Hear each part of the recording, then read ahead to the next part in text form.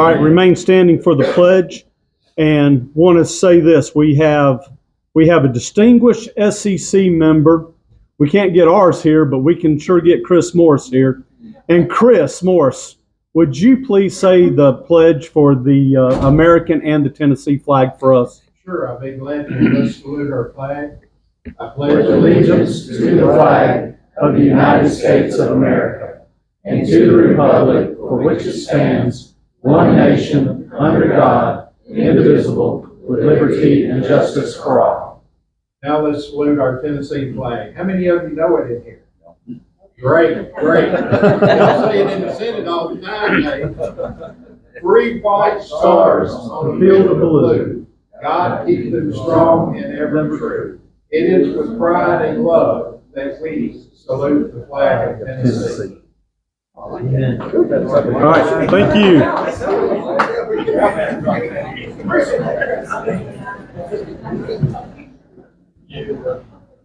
So, we're not all here to hear me speak tonight.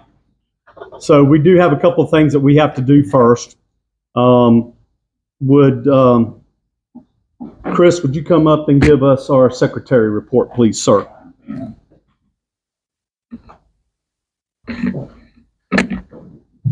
A little housekeeping. We're going to start a sign-in sheet. Put as much information on that as you feel comfortable putting. We did start an email letter and some updates, so if you want those emails, if you're not getting them, be sure and put your email on there. At 6 p.m., April 22nd, in the year of our Lord 2025, the Lawrence County, Tennessee Republican Party met at the Lawrence County Courthouse to conduct business. Officers in attendance were Lawrence Sutton, Chairman, Effie Carroll, Vice Chair, Cindy Clark, Treasurer, Tammy Wisdom, Vice Treasurer, and Chris Stutz, Secretary. No special guests were scheduled, but Tom Davis, candidate for Tennessee's 4th Congressional District, was present and spoke. The meeting was called to order by Lawrence Sutton. Tom Davis offered a prayer, and Terry Hill led the Pledge of Allegiance to the American flag. The previous minutes were read, motions were made and seconded for approval, and passed unanimously.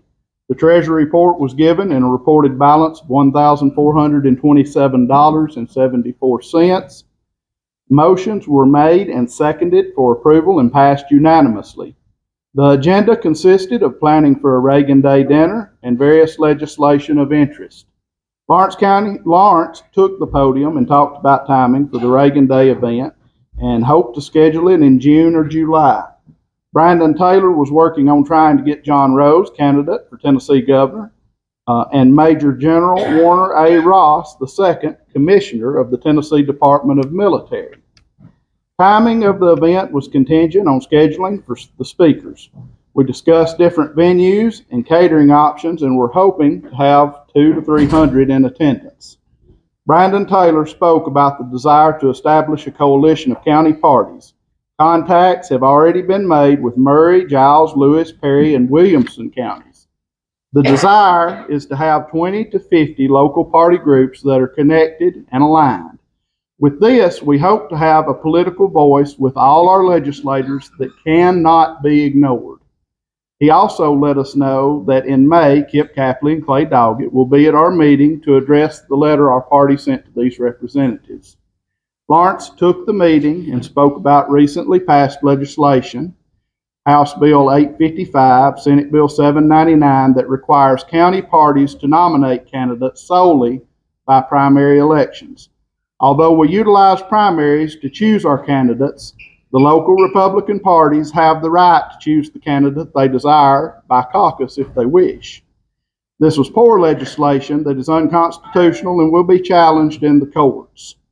We were proud to report our area representatives, Capley, Doggett, and Senator Walley, all voted against this bill. He also spoke about the need to close our primaries and the effect crossover voting has on our election results. Lawrence then asked if I would talk about Tennessee's recent fertility treatment and contraceptive production act, House Bill 533 and Senate Bill 449 that had passed. Lots of debate can be had about the fertility part of the bill, but in staying with the pro-life mindset, the codifying of a right to a morning after pill used as an abortifacient is bad legislation. I encouraged everyone to write Governor Bill Lee and encourage him to veto this bill. I regret to report that he did indeed sign it into law on April 24th. Philip Heatherly, our District 12 County Commissioner, took some time to speak about recent things he and others had learned about county payroll policy and how we were paying employees in advance for days that were scheduled to work and had not actually worked yet. The problem seemed to stem from outdated employee handbooks and a lack of standard through different county departments. He encouraged us to talk to our elected officials that run county offices about how they kept payroll in their office. Tiffany Boyd from Free Your Children, a parental and educational rights group, shared about legislation we needed to be watching, such as the FREE Act for homeschool autonomy. Tom Davis took the podium and talked about where he stood on campaign issues. He felt we lacked accessibility to our current Congressman, Scott Desjardins, and vowed to be available and have quarterly town halls. He desires to be physically conservative, cut spending, and spend wisely. Lawrence took the meeting and asked for a motion to adjourn, and the motion was made and seconded. We adjourned at 7:35 p.m. 32 people were present for the meeting. Personal note, it was a good meeting with discussion of our ideas for our events and concerns about legislation. It's good to see our local leaders and elected officials attend and give updates on what's happening in our county. God bless America. Chris Stutz, Secretary. Thank you.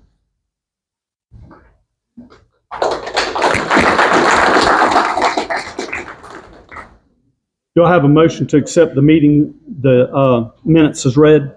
Do I get a second? Second. All in favor say aye. Aye. All opposed, the same sign. Cindy, can you come up and give our treasury report? Hi.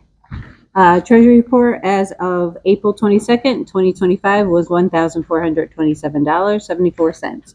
There were no expenses, no deposits, so the balance remains $1,427.74. Do I have a motion to set the treasury report as read? Do I have a second? All in favor of accepting the report say aye. Aye. Opposed, the same sign. All right, so if you haven't heard yet, we have a Reagan Day dinner planned. And we even have tickets. And before I take away all the thunder, I want, and I shouldn't say all the thunder, I want Brandon to explain it because Brandon is a lot better at this, and I'm just going to tell you this is one of Brandon's visions that we have. And I think everybody will be surprised at what we've accomplished in the last month. It's August the 19th.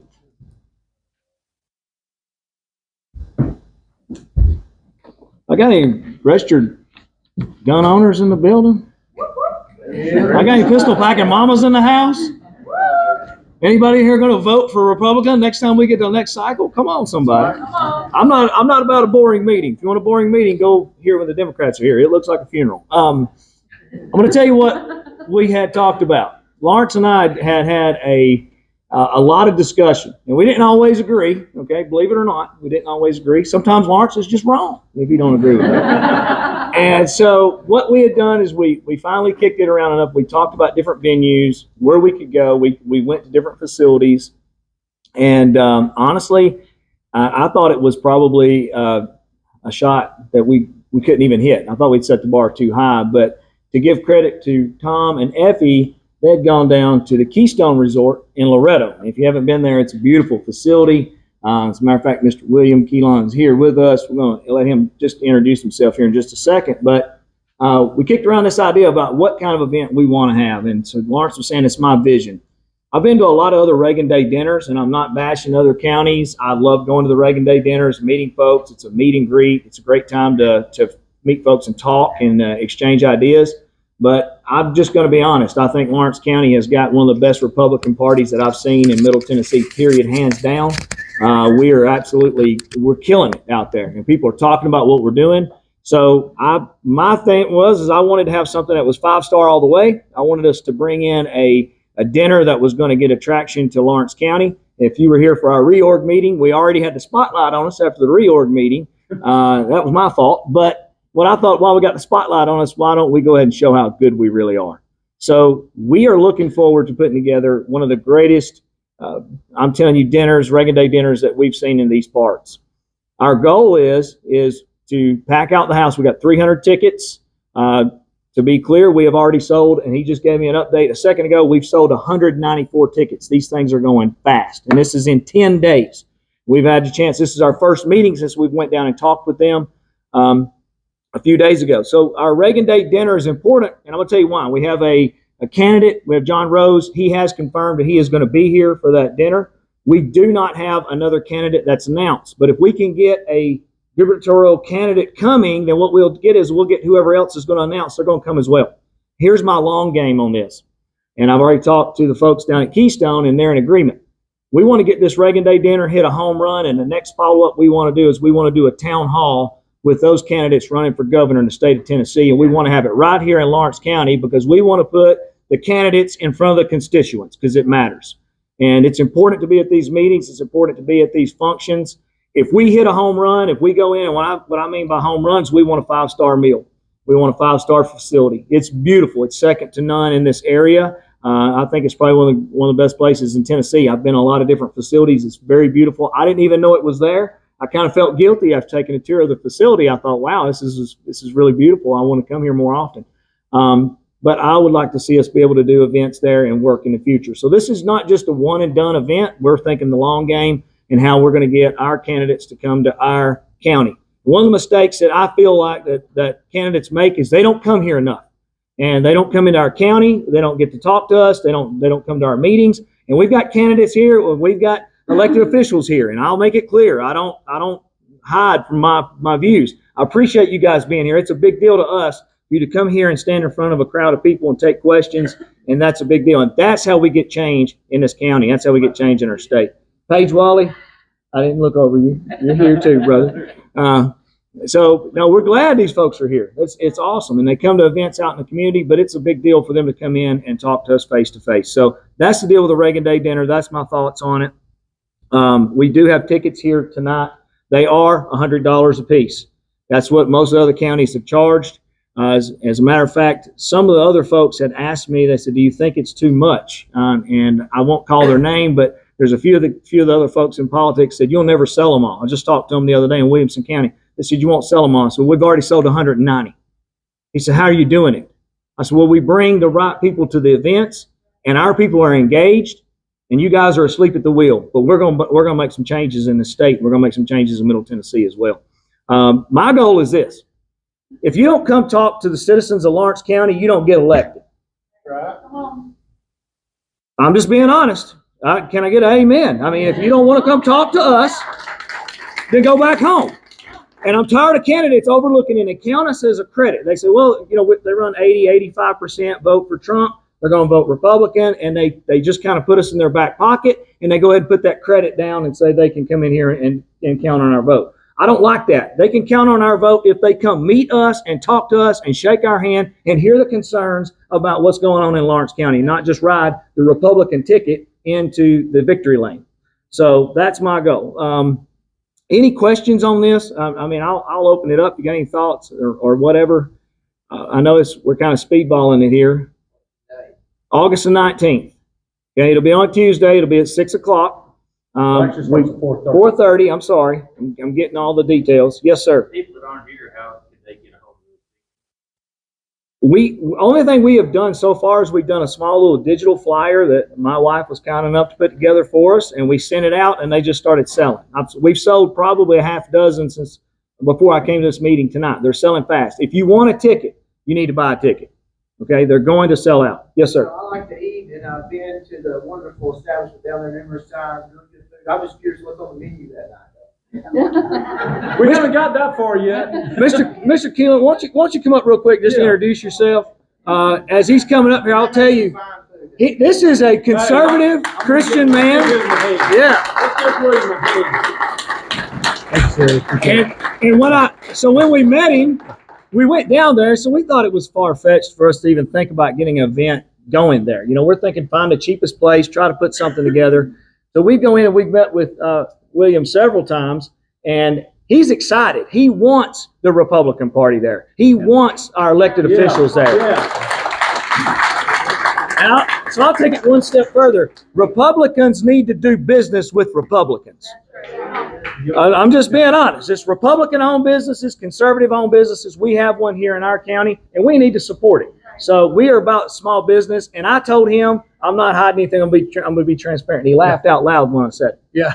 We were talking about the event, and the man said, "I'll do this event if I got to lose money." We said, "You know what I said? That's not the way Republicans work." Because we believe in small business, and small business has to make money this year if they're going to be here next year.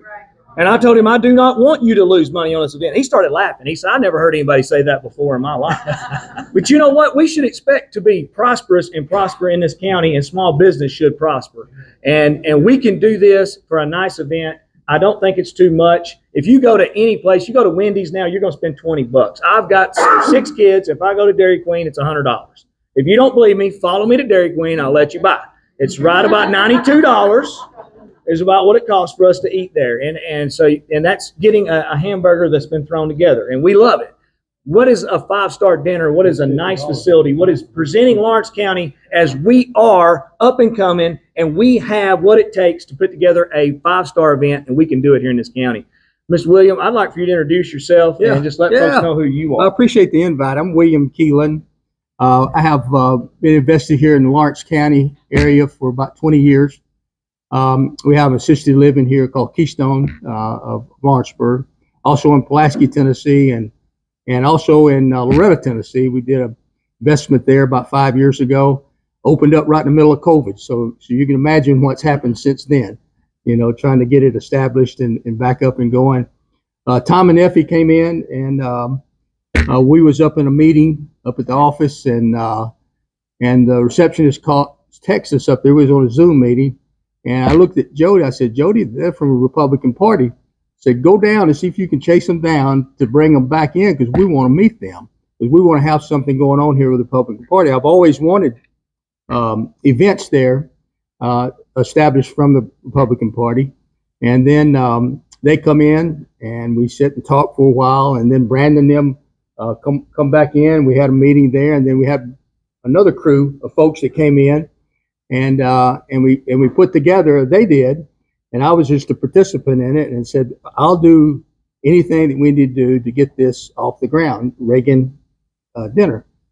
So they put it all together and made it work, and it was a great thing.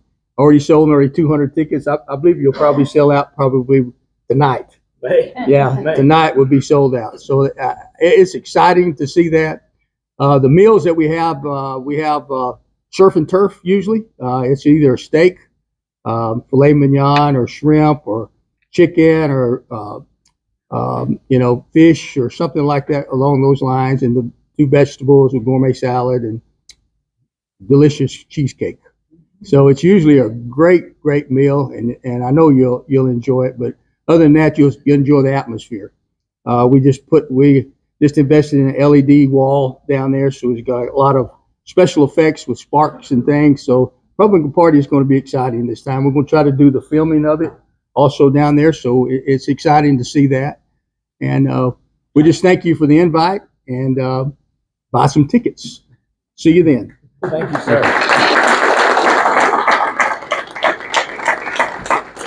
So if you want to get a ticket tonight, who's going to have them? I got tickets. I guess we'll let that be Chris, and I guess we'll let Chris handle that. And I nominate Chris. Yeah. So if you want to get a ticket, don't leave tonight until you see Chris. He'll take your money. Yes, sir. I have a question. Is there a dress code or a suggested? Business casual. Yeah. Sorry? Yeah. No, you can wear fake ones. Anyone else, real quick, before we move on? Miss Laura Sutton, where are you at, Laura? Stand up back there. You know what? This young lady has built us a website for our Republican Party, and she's hooked it up here. Do you have it where you can click on it and scroll through it real quick? So if you can't see it, you need to come see it over here. We'll help them out here a little bit. Is it hooked to those TVs as well? Yeah. Is it? Okay. So she has built us a website, and she's worked very hard. Go ahead and get over there and scroll through it a little bit. Yeah, of course. Come on. It's all about Hold on. Do you just have it hooked to the one TV? Okay. All right. Well, maybe we can see it right here. It's okay. Just scroll through it there and show us a little bit about the. Start with the home page. Yeah. That's okay. Appreciate you. Oh no! Where did that come from? We were told to hide that picture. That was a joke. Was it? Looked awful real to me. Look just like Lawrence. We gotta get it down, honey. This is the homepage here. So mostly we're going to be like posting events and like Okay. blog posts and stuff like that. So for example, we hit on the Lawrence County Reagan Dinner here. Talk a little louder. Oh. We're old. Okay. Louder. Oh. Okay. So here is like all the information about the resort. Reagan Day dinner. And stuff. So I haven't got it to where you can reserve your tickets online. I haven't got to that yet. So here, for example, I did not get the date right. It's supposed to be August 19th, but here it shows August 14th. The time is 4:30 to 4:30 p.m. to 9 p.m. Keystone Resort, Loretto, Tennessee, and it just has just a couple. Do you have another page where we can look at upcoming events of the Republican Party or guest speakers? Right there. Oh. Okay, so what we've done, I called on her kind of short notice, and so I put her on the spot. That's my fault. He told me to do it though. So when you go to the website, you can actually see what's coming up. So we've got our events are listed there. We've got Gary Humble is going to be one of our guest speakers with the Republican Party being here in the next few months in August. There's our Reagan Day dinner. We've got the guys coming on the God, Guns, and Guts tour is going to be here July 29th for our GOP meeting. So you want to be here for that. So we're trying to promote this. I don't know what's the Pride Parade doing up there. I don't know. Laura, I told you that was for a different website. Oh man. You know. I think they're trying to be funny. Bring that out. I can't promote you too much, Laura. You're bombing it over there. So we want you to be able to take a look at this. Where do we go? What's the website to look this up, Laura, real loud? LCRP, Lawrence County Republican Party .framer.website. So if we want a .com, like Lawrence County Republican Party .com, we will be having to pay a monthly fee on that. Okay. I have not looked into how much it's going to be per month, but I think it's going to be around just for the just to register the domain is going to be about $20-$30 a month. Okay. But to buy the actual registered domain, because there's two ways you're going to have to do that. I haven't looked into it. Will you look that up for us and give us an update at our next meeting and clean that thing up, whatever you got to do to get that. It's hurting my eyes to look at. While we're at it, can you put on our next month's meeting where that's at? Next month's meeting? Yeah, June meeting. It's okay. You don't have to do it there in front of everyone. He's calling her out in front of everyone. Is it the Ryan Egley one? Yeah. So it's lcrp.framer.website. Yes. Okay. If you want to go to it and see, we'll be posting stuff there. All right. Thank you for that. Laura, give us an update next month on how much it's going to cost, and let's follow up on this. Okay. Now she's already. Yeah. Give her a hand.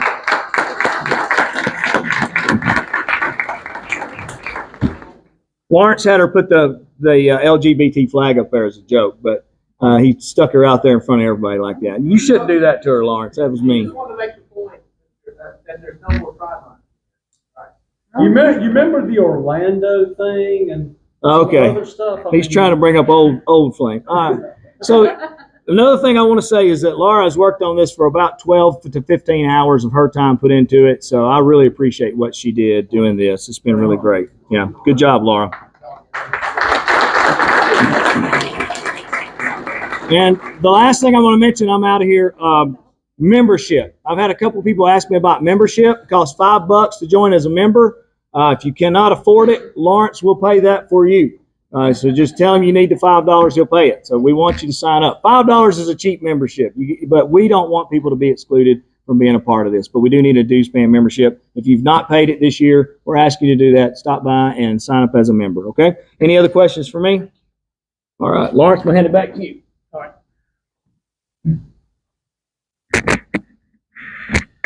All right, real quick, I want to do just a couple other housekeeping. So I want everybody to I don't say understand is not the right word.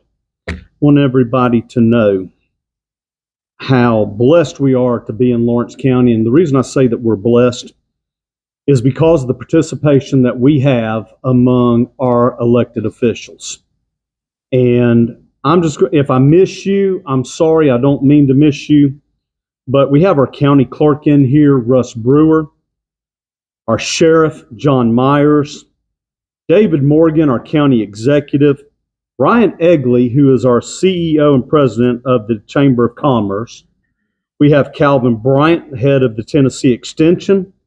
We have our own Brent Cooper, our district attorney, Ryan Crick, our road commissioner, and then our county commissioners I see in here, and if I miss somebody, I'm sorry, but I see Travis Caldwell, Tammy Wisdom, and Shane Eaton.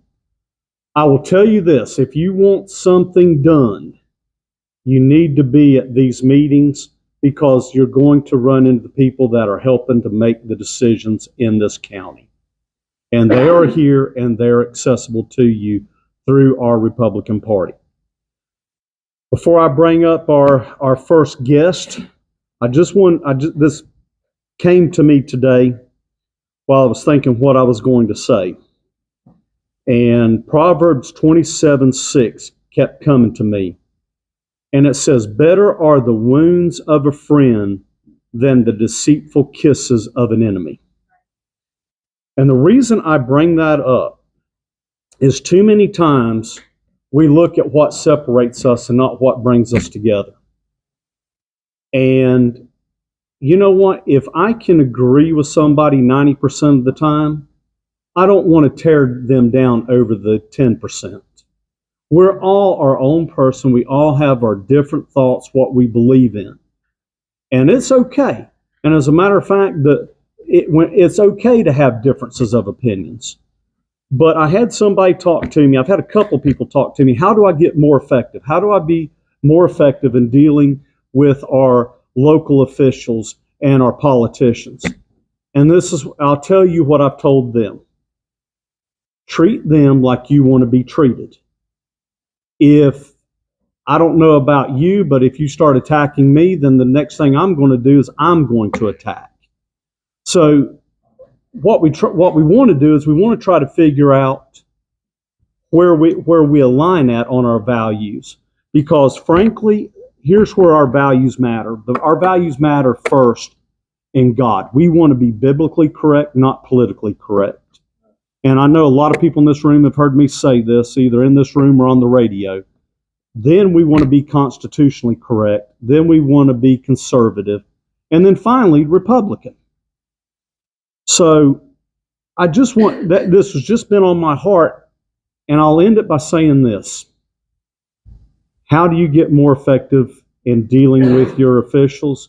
You get more effective by treating them like you want to be treated, even though you disagree. And I tell you, I have had a lot of good opportunities when I've been mad, so mad that I wanted to fight, like me and Brandon do sometimes. But I hold it, and I'll give them my opinion. And you know what? A lot of times when you do it in a respectful manner, you can change some minds when you give them the right facts and not do it out of emotion and not do it just because you're mad. So I will end it by saying this. We're going to bring up Mr. Clay Doggett first to come speak. Everybody's been given 20 minutes. The reason Clay goes first is because he doesn't want to miss his daughter's softball game, and I'm going to tell you what, there's nothing more important behind God than our family. And I just appreciate Clay coming here, and hopefully he can get in time to his daughter's softball game. Thank you, Clay. Yes, sir, buddy. Yes, sir. It's the last one of the season. I missed a few. You got to push that there. Okay, I'm just gonna move that over. I missed a few earlier this year, so it's the last one of the season. It's been pushed around, so I told him I was gonna try to make it. Had some more bad news today. Found out that she and the younger daughter are gonna have braces at the same time. So, You're right. you got that right. So it's always something. It seems like every time you start to get ahead, something happens. But anyway, we're gonna try to make it there tonight. So I'm gonna try to be out the door at 6:50, if at all possible. So that'll have me pulling up in the first inning. But couple things to start with. One, Ryan Egley shared with me this morning that there was a music video that was filmed in Lawrence County in Lawrenceburg that really sets off the town, puts us all in a really good light. While we were sitting here, a friend of mine from Upper East Tennessee in Johnson City sent me the link to the video and said, "Have you seen this?" And I was like, "Yeah." So it's getting around, so that's good. And then secondly, Brandon was talking about when you have gubernatorial candidates that are coming into the county. When I first ran back in 2018, that was the governor's election that year.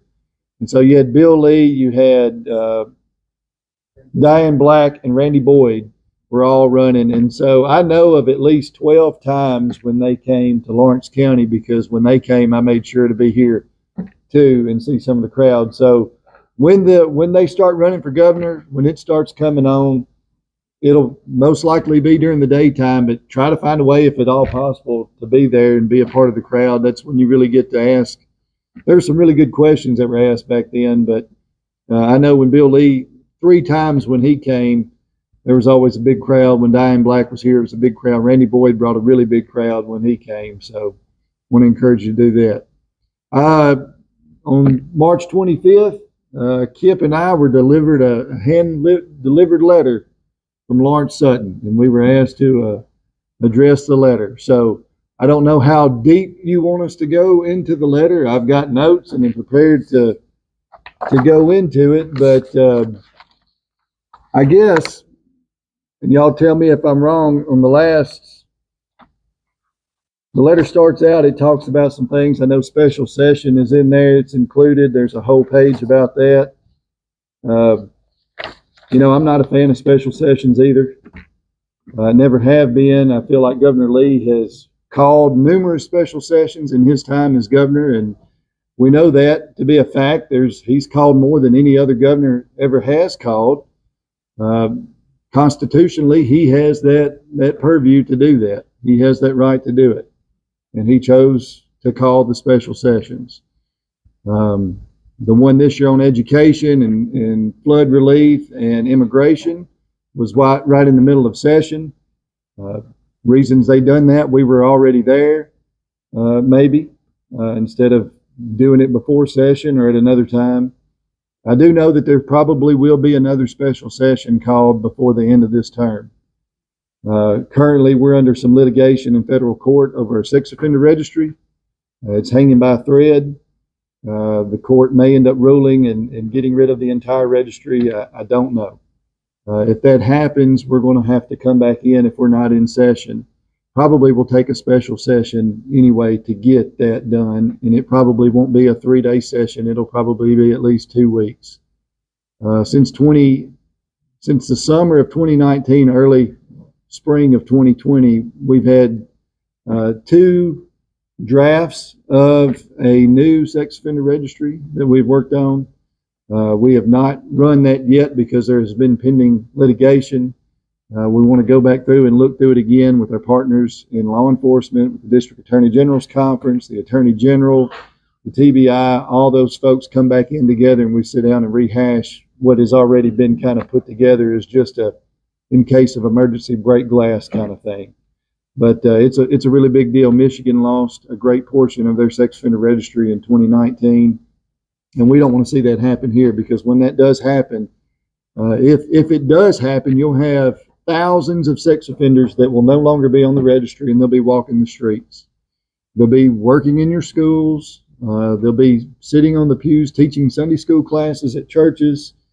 It's a real thing, and it could happen. And so there probably will be a special session. There's a court case going on right now that could happen. I'm hoping and praying that it doesn't happen, but that's one of those things. So I want to put that out there that could happen. Just real quick, on top of that, guys, when there's a special session that's called, we have to go. We don't have a choice.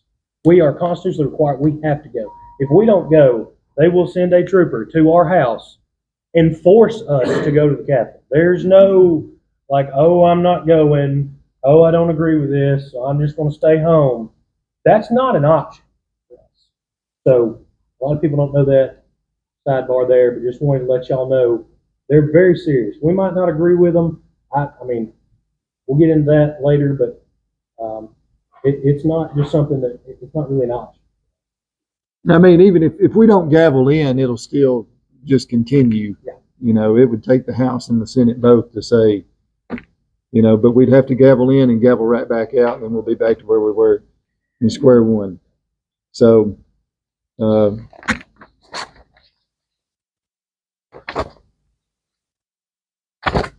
and then I guess on the last few pages, there was, I guess, a breakdown of the bill. And so I guess there were some questions or statements, but one of them, after paying tuition, available funds, balance, the scholarship may be used to pay for a variety of items. And then it says tuition, textbooks, curriculum, all those things. And then it must meet the requirements of the Board of Education with the rules yet promulgated. This leaves requirements very open-ended and subject to change at the whim of whoever the governor decides to appoint as Department of Education Commissioner. So, Paige, are you on GovOps? Okay. The Government Operations is a committee that's in the House and the Senate, and they have their own standing committees in each chamber, but they also come together as a joint operations. They approve all the rules that are promulgated from the departments. So the way legislation works, if legislation is written that requires rulemaking authority to go to those departments, you have to outline in the legislation what the intent is of that piece, and then it goes and it says the Department of Safety, Department of Corrections, whoever it is, they will promulgate these rules. The Department of Education will promulgate these rules. Then they bring those rules, they write those rules, they go on the public website, and then they bring those rules to the committee of House members and Senate members, and then they get to vote on the rules. If the rules don't match what the intent of the legislation is, then the rules are no good. And so on March 21st, they put their rules on the website. And when you go through the rules, when you follow through with the legislation, it is exactly just as it was. There's no changes with the rules. So there won't be anybody can change the rules, but it would take legislative authority to change rules. Any program that's ever been done at the state can be changed or dissolved. Just last year, we had one, I don't know if it's Department of Mental Health or if it was Department of Safety. It had a program that had been listed in Tennessee Code for over 20 years, but they stopped funding that program about 8 years ago, and then they decided to completely write it out of the green books, out of law. So they had legislation that just took it out. The program had maybe run its course and they didn't need it anymore. But anytime there's a program that comes up, like the Education Freedom Scholarships, you'll have a new governor in 2 years, and they may decide that they don't want to do Education Freedom Scholarships anymore, and so they just don't fund the program, and so it won't be there. They may decide that they want to expand the program, and which they certainly can. I know that Donald Trump had said early on last year. Well, I say early on last year, late last year, December, that they were going to get rid, which he campaigned on, get rid of the Department of Education at the federal level. But he also said he was going to send back that money. We receive about $1.1 billion from the feds for education each year. This year, I think we got it in law that we would have a task force for deregulation of federal mandates that come into public education. But if he's to dissolve it at the federal level and send it back to the states, there's going to be block grant funding that comes back for us to use. Back in January, he signed an executive order where he's going to get guidance to the states to be able to use that block grant money. Some of those dollars are going to be going specifically to education freedom scholarships, vouchers, ESAs, whatever you want to call them. Whatever state decides what the name of that program will be and how to be administered will be federal dollars that comes back to do that. And so this money was earmarked in the last General Assembly for education freedom scholarships on a reoccurring basis. So the money has been there.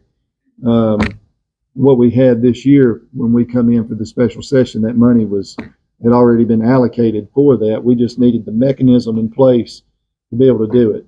And we're hoping that sometime, maybe by the end of this year, we're going to get that money from the feds. It'll come in and help pay for all of it, because it should, and more.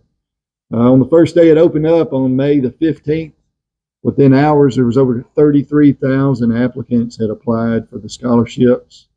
On that day, it was so much that the system kind of locked up. They didn't foresee that many people going out and getting them. I've had numerous phone calls since that day, from that day and since that day, on how to get in, because they've been locked out of the system trying to get in. So there's a lot of people that are really interested in doing the scholarships. And so some other, a lot of this stuff, again, it's about rules. The testing was one of the points in there about the TCAP testing.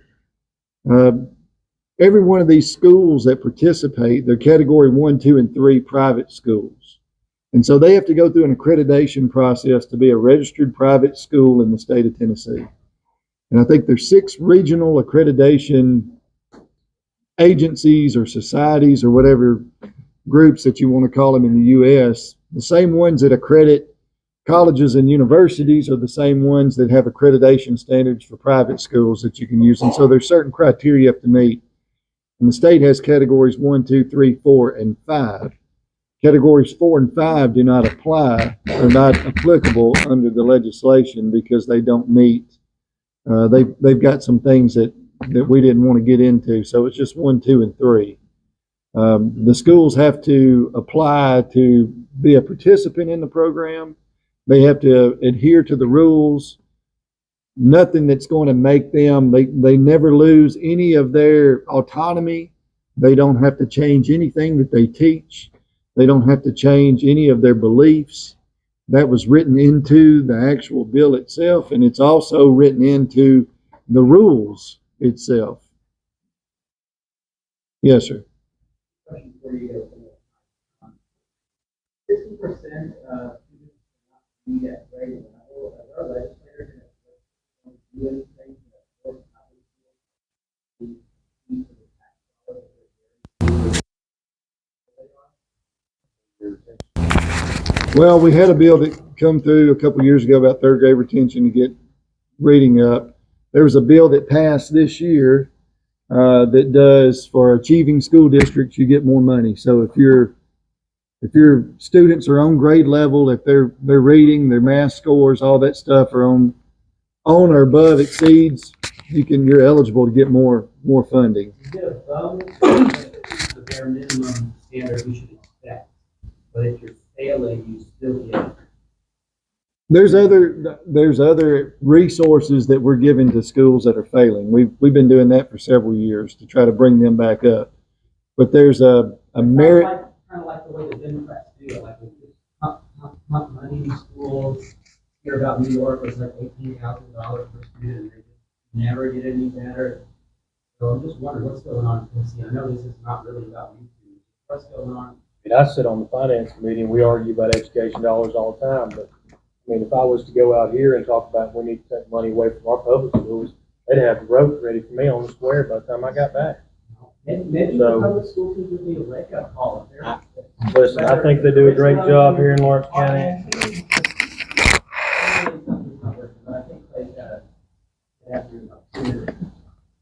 Yeah, there was another bill that come up this year too. I know part of this was asking about the bonuses.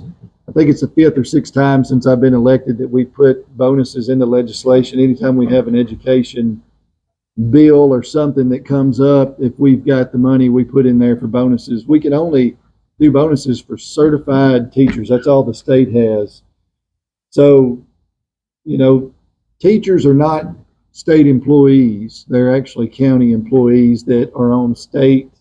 They participate in state benefit pools, and so they have that. And so the bonuses that goes in, they only go to certified teachers.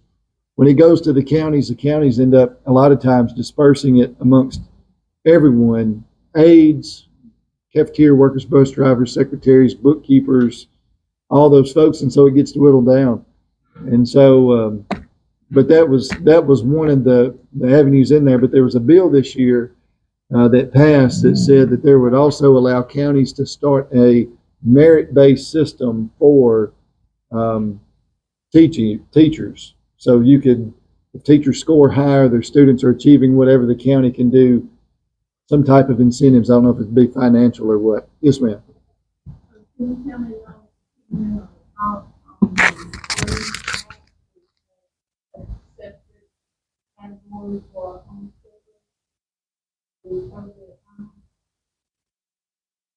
If that's the bill I'm thinking of, it didn't pass out of education. Right. But yes, I mean, just any way that we can find ways to help. I know a lot of people are homeschooling. I know where I live, since COVID, our homeschool numbers doubled in Giles County because people when their kids come out of school, they left them in the home. They wanted to continue to homeschool them there and have had outstanding results. A young man at my church is going to graduate high school at the age of 16. He will already have had 3 college classes completed by then. He'll have his associate's degree most likely by the time he's almost 18 and have a 4-year degree completed by he's 20. And it took me to be like age 20 something to get that 4-year degree. I spent more than 4 years there, but so yes. But before you have to leave, Clay, I know you're short on time. I wanted to back up and address the part about the special session. And before I do that, Lawrence said it well. We were unhappy with the way you guys voted for the legislation, but it's been voted for. That's okay. And we want to work with you guys. One of our problems with the special session is just a little history. And I had to call Eddie Weeks, the legislative librarian.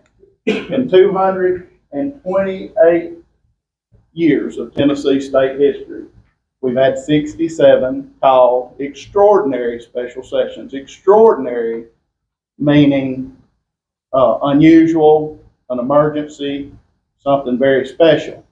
Out of all those special sessions, there's been 7 of those under Governor Bill Lee's belt.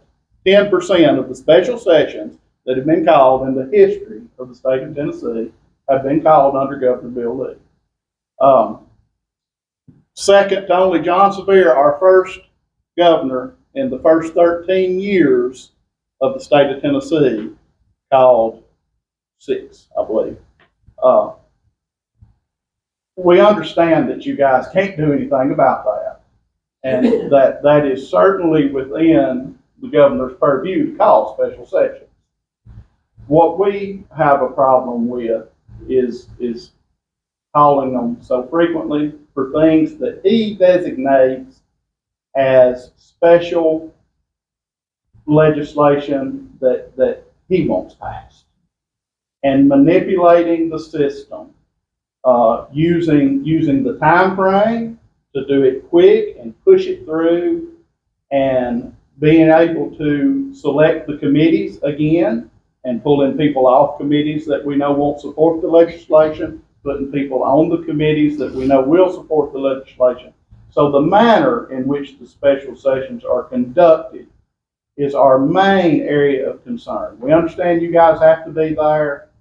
We understand it's within the governor's purview to call a special session, but the way that these things are being done are a red flag to us. It seems like an abuse of power. Now, the special session you talked about that may be coming up sounds like it's something that is definitely needed, and we're okay with the governor doing things that need to be done. We just want to be sure that you understand that it's not so much just the special session, and we know you guys have got to be there, but the way it's done. When we were told about this Education Freedom Act, we were told that it would be completely no strings attached. We found out later within the things that were talked about in that letter and within the legislation that there are definitely strings attached. There's rules that have to be promulgated yet that we don't know what will be. And the main thing being the TCAP or a standardized test. The one thing we hear from teachers all the time is we can't teach what we need to because we have to what? Teach to the test.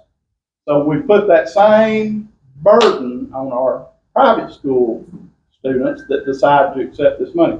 My children attend a private school here in Lawrence County that will not accept this government money.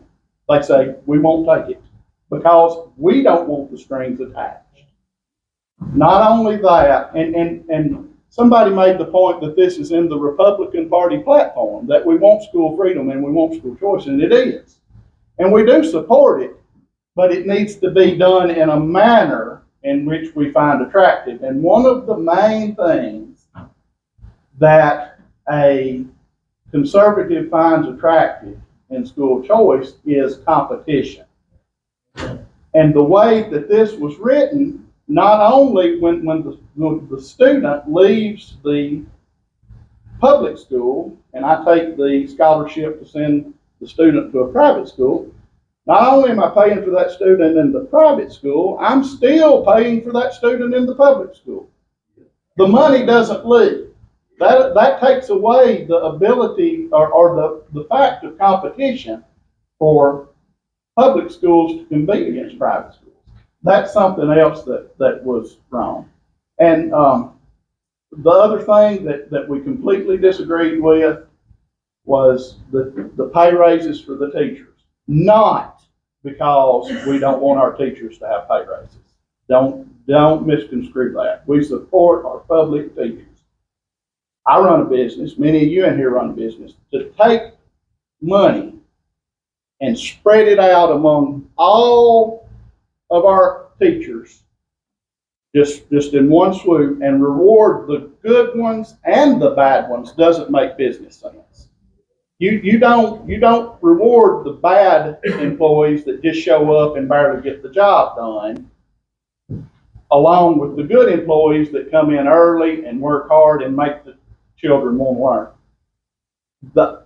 The only way, in my mind, that you can look at that is that was buying support, which they knew they didn't have from the teachers' unions. That's the only way you can look at it, Clay.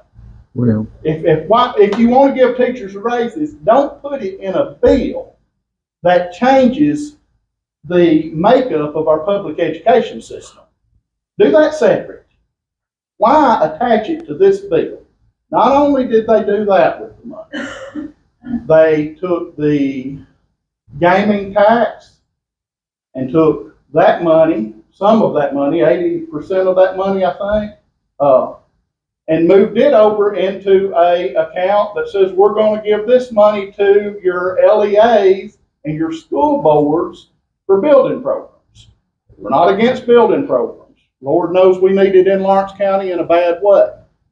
But to do that within this same legislation has the appearance, and you cannot look at it any other way than that is buying support from your local LEAs and your school boards for this legislation. When you take money and you put it in the legislation for somebody that's on the record for being against it, how does it not look like you're trying to buy that support?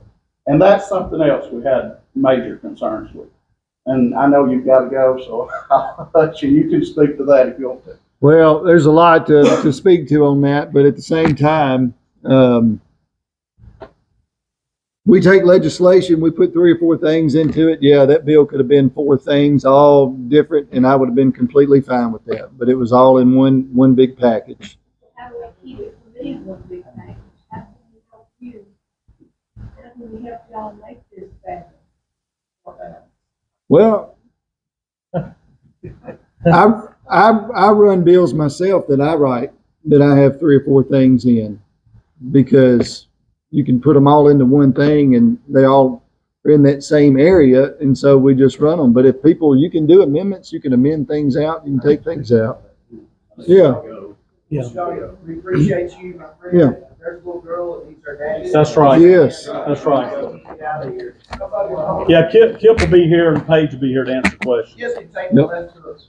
Yeah. That's right. All right. Well, thank y'all. Thank you, Appreciate it.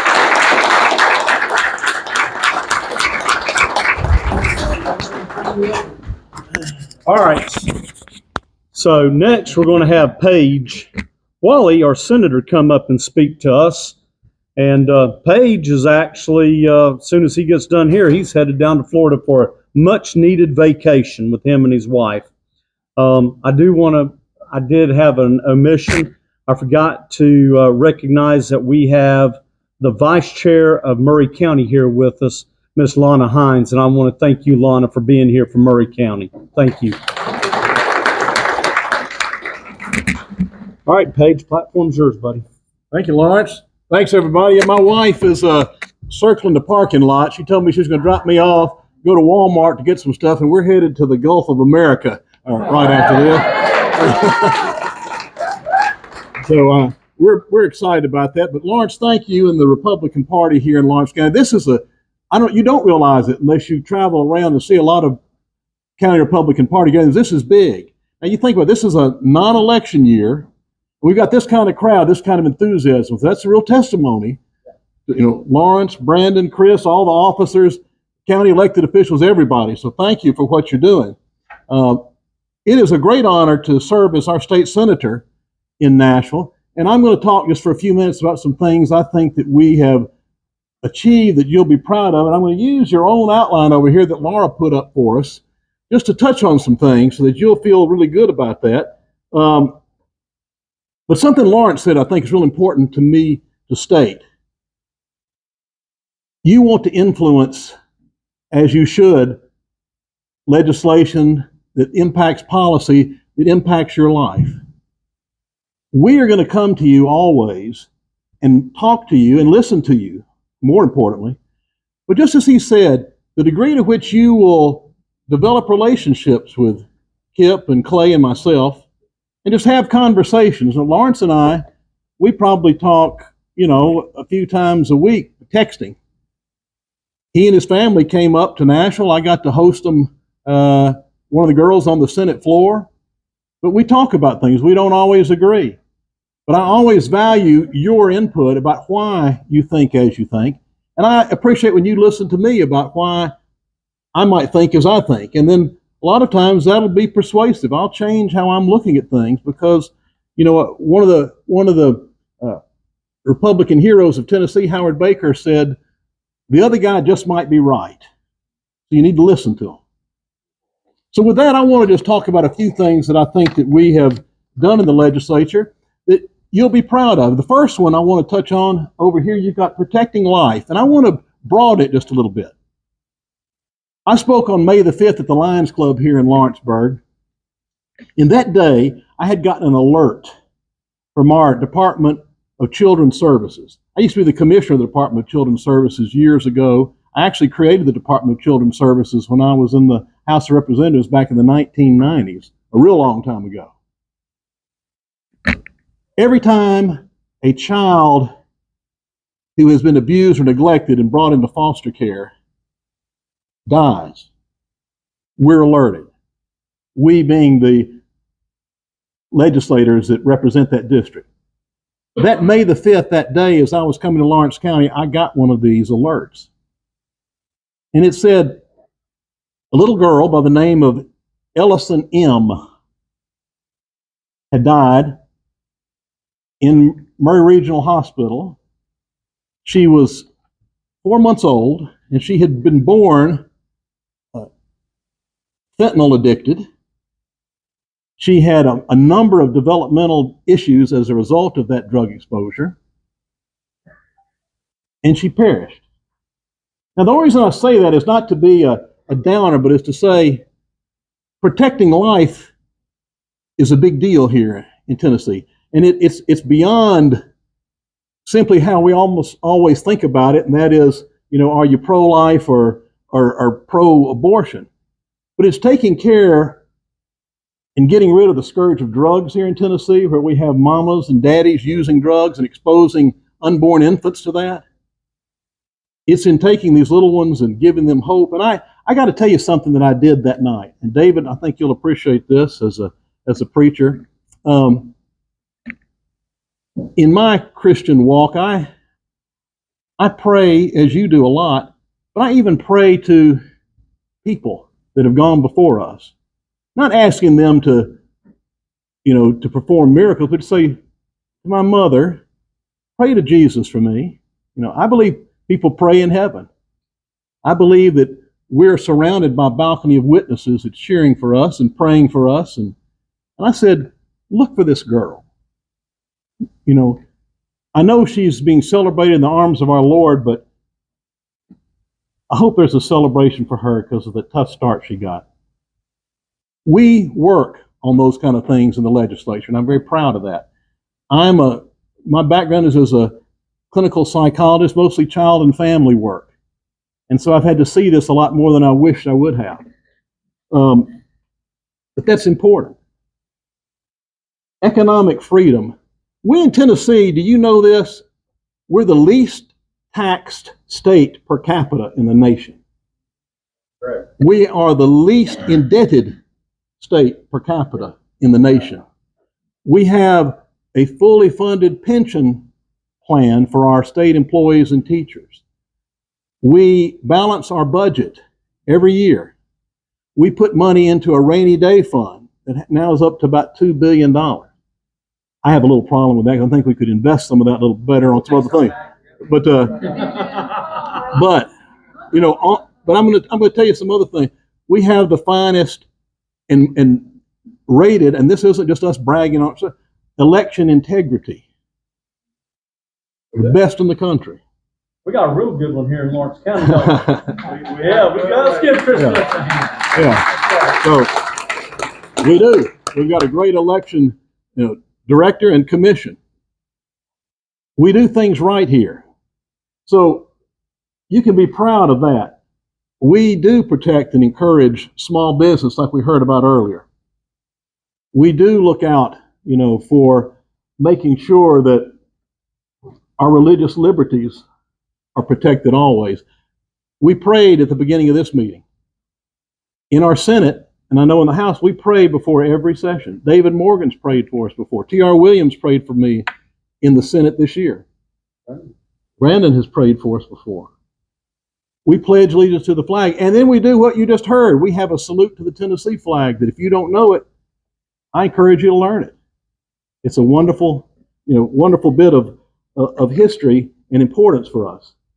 The strong national defense. Let me put this in the context of a couple of things that you'll appreciate. Our Adjutant General for the state of Tennessee lives in our Senate district. His name is General Warner Ross. He's from Hornsby, Tennessee. If any of you drive down Highway 64 ever, you go through Hornsby on your way, just between Selmer and Bolivar, you run into Hornsby. Little bitty town. He cares a lot about where we live. Tennessee Emergency Management that responds to the tornadoes and even the hurricane that was up in Upper East Tennessee works for him. They do a great job. When we had tornadoes back in April that devastated Selmer and Grand Junction west of here, we had our team of folks on the ground immediately. In addition to all the good old boys from that area that have chainsaws, everyone was there. People turned out and got things going. But one of the things we've done this year, I think that you'll be proud of, is we have taken care of the issue of illegal immigration in Tennessee. There are no sanctuary cities. There's no tolerating, illegal immigration. There is no, support in, state welfare system. We make sure they are excluded from any kind of voting. We make sure we have provided law enforcement with additional resources to participate with our a new division of our Department of Safety that's overseeing issues around illegal immigration. We're doing what we need to do in Tennessee. We're doing it before Washington did it. President Trump has obviously gotten on it in a grand way now, but we were doing it when Biden was there too. I wanted to mention some other things that are important, I think, to me too. And this is the educational choice that we talked about a little while ago. I think everyone believes that people should have choices, but not everybody believes that we should do it in the way that it was proposed. And I looked at it a little differently. I was an opponent of the governor's plan, and I could go into a lot of detail why, but you've heard a lot of it already. But I had kids that went to public school, private school, and homeschool, all of them, some combination. And we paid for that, when they went to the private school. This bill really subsidizes, a lot of kids that are going to private school already.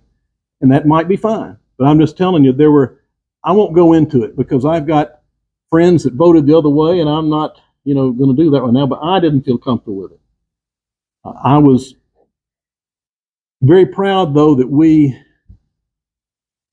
did a lot for our public schools. And I heard a question earlier about education and reading. I want to tell you, we have put a flag in the ground about not allowing kids to advance in school past the 3rd grade unless they know how to read.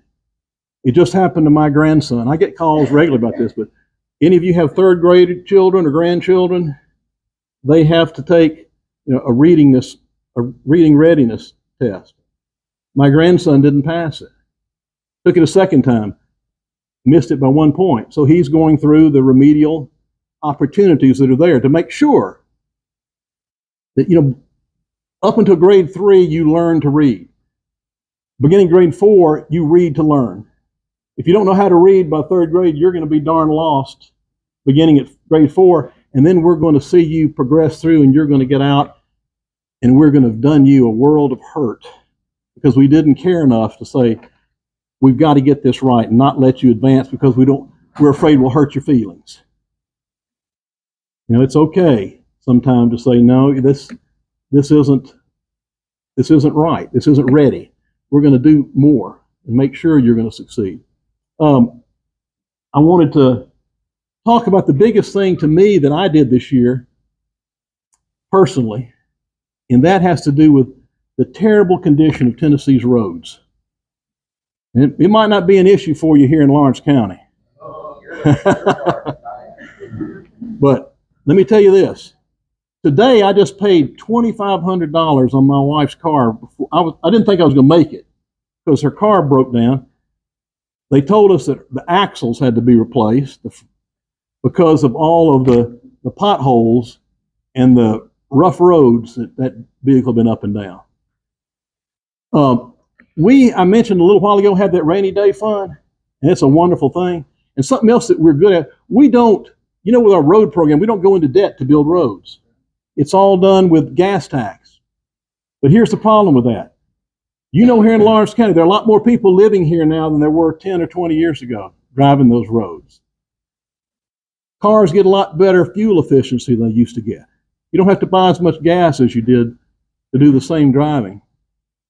And then we just haven't kept up with our roads like we should. I live on the Mississippi state line growing up, and there used to be a joke that I could drive from my house across into Mississippi, headed toward Holly Springs and Oxford, with my eyes closed and tell you when we cross the state line.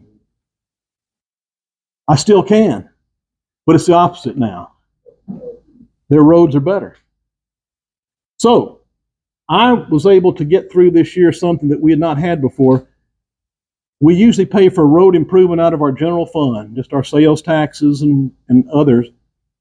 we designated the sales tax on the sale of new and used tires specifically for recurring money for our road program. That's $85, $95 million a year.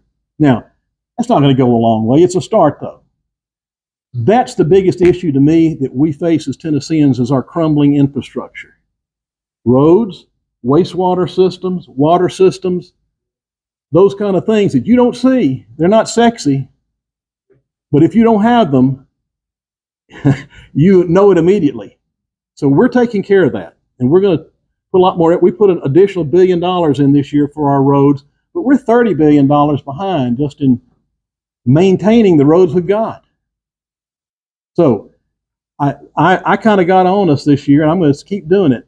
When we talk about having a nice savings account in Tennessee, it sounds good, but it's like you saying you got a nice looking savings account in your personal life, but your roof's caving in and your kids don't have shoes. You know, is that right? No. So I wanted to mention that. Just a couple other things, and I'll get out of your way because I know my wife's going to be pulling up any minute. But we put $425 million into a variety of community development grants that are going to impact Lawrence County. So for volunteer fire departments, rescue squads, senior centers, local museums, courthouse improvements, that money's out there in grant form for us to use. And I think I'll just close by saying this, and I'm glad to take a question or two before I have to excuse myself. But you be praying for us. That's the other big thing you can do. Besides talk to us and share with us, pray for us. I got to be the guest preacher, David, this past Sunday at Philadelphia Baptist Church in Waynesboro. You pass it when you're driving between Waynesboro and Savannah. It was a great day, a Memorial Day. And I was able to share, and I'll just close with this. Sometimes we get Memorial Day and Veterans Day a little mixed up. They are both, so important for us to pause and remember and celebrate. But Memorial Day is a little different. This is for those people that gave that, what President Lincoln called that, last full measure of devotion. I got to share with folks that I never knew them, obviously, but I had two uncles. My father was one of four brothers that volunteered in World War II. My father was 17 when he lied his way into the Navy. Two of those four brothers were killed during the war, both in 1944, both on bombing raids, one on his last mission. You make it home, you're free. He was killed. That's the one I'm named after, Page Walley. And so I was able to share that's important to me. He didn't, he died at a very young age. And here I am, a namesake. And I have a responsibility, I feel like, as a result of that, to live a life that's hopefully reflects the values that you see listed up there that are part of the Republican Party. So be mindful, of even now, even though Memorial Day is a couple of days ago, be mindful of those people, because every family is touched by it in all those recent wars. But these World War II guys, there's only a handful of them left. They're all 100 years old now. If you know one, say thank you. Make sure your kids and your grandkids get to meet them and say thank you, because that greatest generation is about gone. So, Lawrence, thank you for letting me share with you today. I'm delighted to be with you. Anything I can do to be helpful, you let me know. I'm an easy guy to find. I answer my own phone. It's right there on the table. If you text me, I'll text you back. I won't avoid. You might think you've got a hard question. You're going to be upset. You're going to make me mad. You won't. Lawrence has been, very willing to text him anything. Matter of fact, he was up there the day that we voted on that bill that we referenced earlier, where the legislature voted to take away a county party's right to have a primary if they wished. Caucus. A caucus. forcing you to have a primary. But, you know, we made sure, one thing, that anyone that had been using caucuses could continue to. I was one of 3 out of 33 no votes. And I was glad to do that. It wasn't right. Yeah. It wasn't right. And you were actually threatened right before that vote too, were you not? Yeah. I had somebody coming up to me telling me how important it was that I went along, you know, with the majority. And they said, your constituents want this. I said, have you ever met one of my constituents? I got 8 counties, 4 of the 8 use caucuses. Why in the world would I vote for this? And even if they don't want to use, even if they want to do primaries, I don't want to take away their decision if they want to go back and use caucuses. So that's how I stand on it. So God bless all of y'all. Thank you. Yes, ma'am.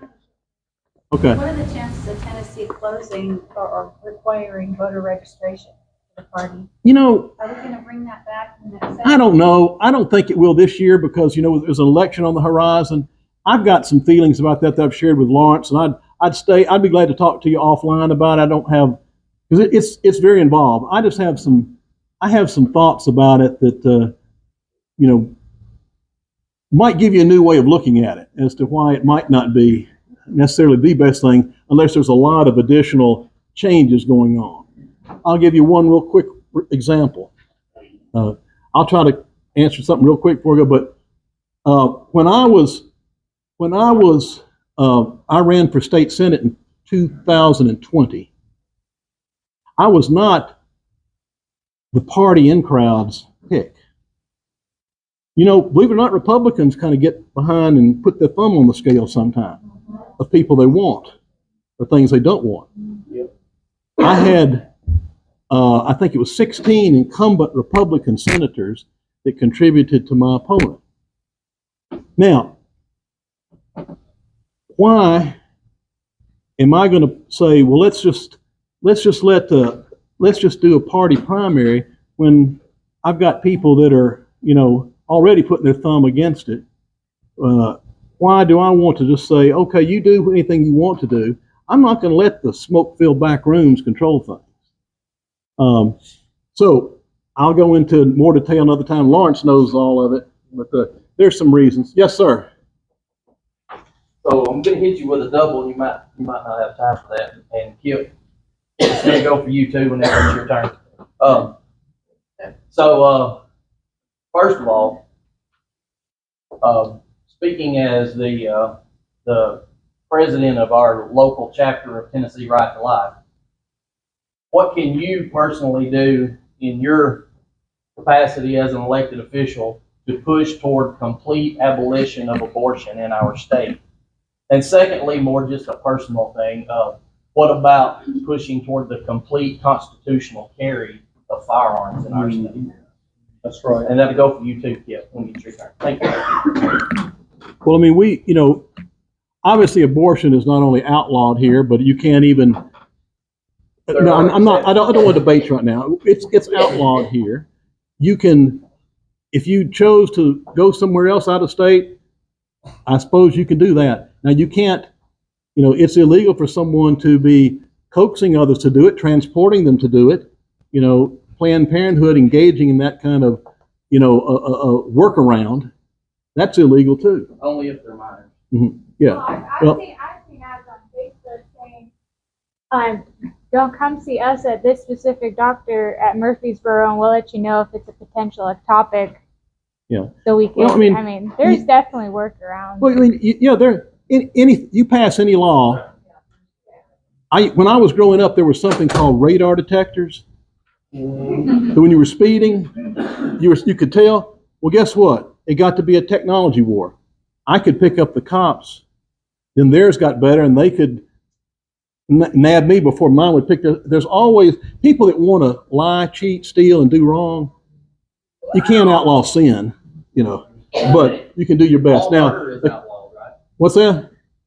We don't allow some murders, correctly? Correct. An abolition against murder in this state. You don't allow anything but people murder. There's nothing you do to. I live close. Yes, they still have. I grew up close to Memphis. We outlaw stuff constantly there, and guess what? It still happens. It still happens with impunity. But anyway, the constitutional carry, I've already talked about that. We hopefully will get that done. But it's, there's 33 senators, 99 representatives, and you've got to get majorities, and you've got to get, everybody comfortable. And that's, it's a team game. Right. Anyway, thank you all very much. I'm going on. Brent, you wanted to say something? Well, I just had a quick question.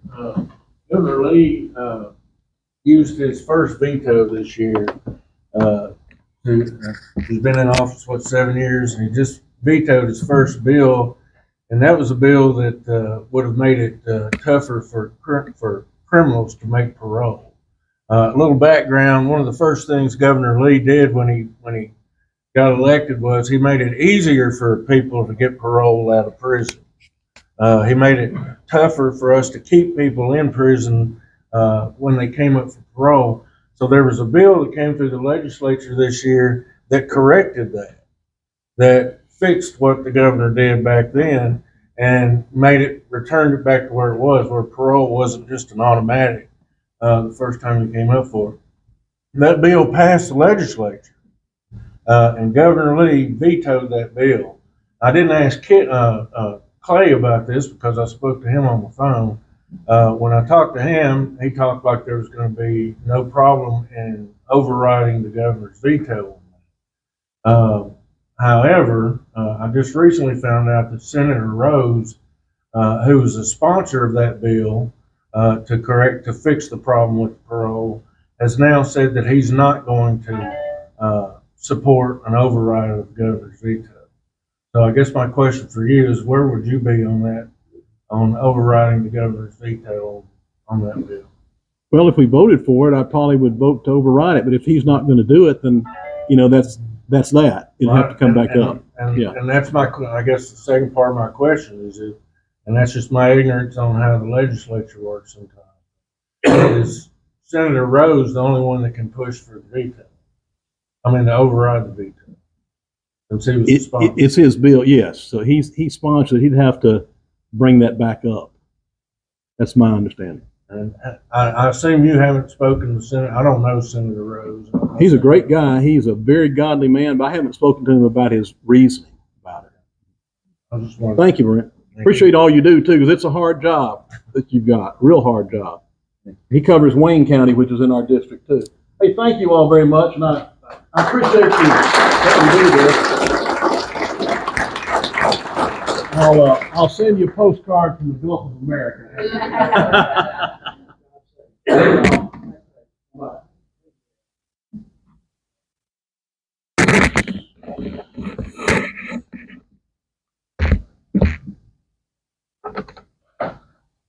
All right, so we got our last speaker, and certainly not least, did a little research and looking at the grades of our legislators by the Tennessee Conservative, and Kip grades out as tied for 4th in the state of Tennessee Conservative.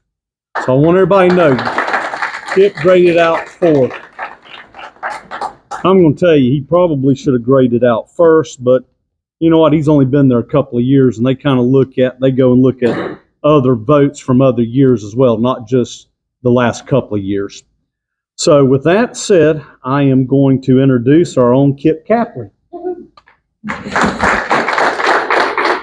Oh, Lord, I've got so much to unpack. Oh, man. All right. Let's start with the rainy day fund for the roads. Georgia, right now, went to a conference in Arizona, met with several Georgia legislators. They are in debt big time for their roads. It'll be almost $20 billion come 2027. That's debt for roads. That's not we're behind in projects. That is, we have borrowed this amount of money that is accruing interest every single year that they're going to have to raise taxes on.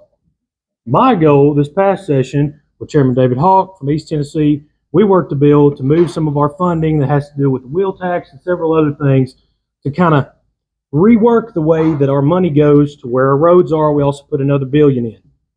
We're behind on our roads. I get it. Listen, I drive up and down them every day for work, both jobs. They suck. We're not, I mean, it is what it is. But we cannot go into debt for our roads. That is the crazy, oh my goodness. We talk about being fiscal conservatives and we want to go out and borrow money for roads? That's definitely going to raise your taxes. I mean, I would love to hear somebody say that that's not, but it 100% will. Yes, sir. No, you're good. We're back and forth. The number one state in the continental United States for clear cutting timber. Our roads are being destroyed by trucks that don't have to do the same rules as those traveling the interstate, and they are destroying our roads, and nothing's being done about it. Well, that was in the bill partially for the wheels, the taxes on. Something needs to be done on that. Number two is, and you can ask our road commissioner, the asphalt that they are forced to buy now is inferior to what we bought in the 70s. It doesn't surprise me. So we build roads, we spend money, the same amount of money to build a road, and we're building it with crap material. 100%. So something's got to be figured out. I agree. On those 100%. Two areas. Absolutely. Because throwing money at a dead pig don't do anybody any good. You're right. 100%. No, anyway, I agree with sorry to interrupt. No, you're not. No, you're fine. This is wide open Q&A. You're fine. No, I agree with you 100%. But again, the solution that people keep coming up with is we've got to go in debt. We've got to go in debt. We've got to borrow money.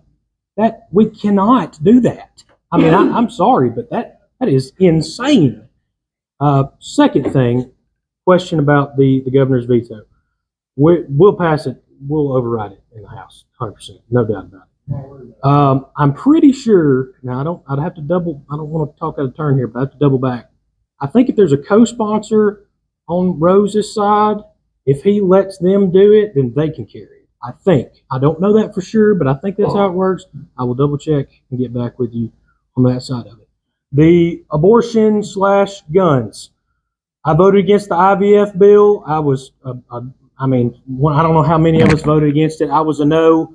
There was a letter that was sent to the governor asking him to veto it. I signed it. I couldn't do anything else. I mean, I tried. I mean, that's all I could do on that front. And I caught a little flack for signing the letter too, which y'all know me, I could care less, but that's fine. Guns.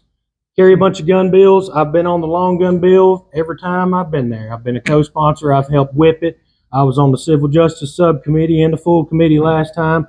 Tried to bore it through all the way, but again, and I'm not calling anybody out. I'm not going to mention any specific names, but you got people up there that just don't want it. We can talk about our feelings. We can talk about how it makes these little old ladies in church uncomfortable. We can talk about all that, but they just don't want it. And I don't know why. I can't relate to somebody that thinks that way. I've tried. I mean, I brought a bill this year that died. Well, it's on hold. It might be dead now. I don't know. It depends on if Garden Tire's had a nap or not. That would let you, and yeah, that's fine. It would let you protect your private property if somebody's breaking in and stealing your stuff. Not inside your house. I mean, if somebody's lighting your barn on fire, shoot them. Okay? I mean, seems like would be pretty common sense, right? Like, okay, somebody's breaking in my truck. I got $25,000 worth of tools in my truck. I hope you're ready to meet Jesus, They stalled it over there because they said they didn't want anybody shot in the back. If I'm lighting the barn on fire and I don't care if you rear end shining, whatever. I mean, what? That's the kind of stuff you get into with that. Sorry, sidebar on that one. Had another one. Created a civil right of action against any governmental entity that infringed on your Second Amendment right. You could sue them, take them to court, baby, let's go. I whipped it, worked on it for a month. Talked to the chairman, talked to all the members, ready to go, lined up. Week of the bill comes up. I'm ready, hot to trot. Go back in there. Are we good? Are we good? Are we good? Oh, yeah, we're good. Okay, I'm presenting the bill. One member gets up and walks out. Another member gets up and walks out. Can't vote if you're not in the room. Another member gets up, walks out. Well, now it's a tie. Democrats, Republicans. Bill failed. I can't tell you, and again, I'm not going to stand up here and mention names and disparage anybody and say it's the Senate or it's the pass the buck down the road because it so-and-so senator held it up over here and we could have done it like that. No. Look, I can't control what other people do, but I can tell you, I don't forget when you lie to me. Just don't. That's kind of how we work it on that. Yes, sir. When Chris was talking about Yeah. the letter, there was a moment where both of you guys were really shaking your head, and I think that was about when they were talking about the money given to the teachers. So, not to put you in a corner, but you're in a corner. Explain yourself. Yeah. So, well, you guys had a problem. The comment about the teachers' unions, I could care less what a teacher union thinks of me. They're not going to vote for me for nothing. So I'm not going to give them money for. I mean, just for that to gain influence with the teachers union, I don't agree with them on pretty much anything. So that doesn't even, that's not going to work. The second thing there with the money, part of that money, the reason we gave them a bonus, and let's talk pork or whatever we gave, trying to buy them off, we had to give them a bonus because the bonus goes directly to the teacher. When you give them a raise, it does not travel straight to the teacher. It goes to the administration, then it goes through the front office, and then it goes to this person, and it might go to a cafeteria worker, and it might come over here to a school bus driver, and then it'll make it to a teacher. Right. So we could say, hey, we're giving y'all a $5,000 a year raise, baby. Congratulations. Yeah, they're not going to get the whole $5,000.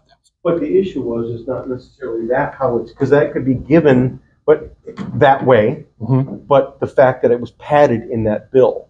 Again, there was so much, it was huge. I mean, it's. In fact, before you were born, I'm sure. Yes, sir. Decades, I've lived in a lot of different states, but the original intent of the voucher system,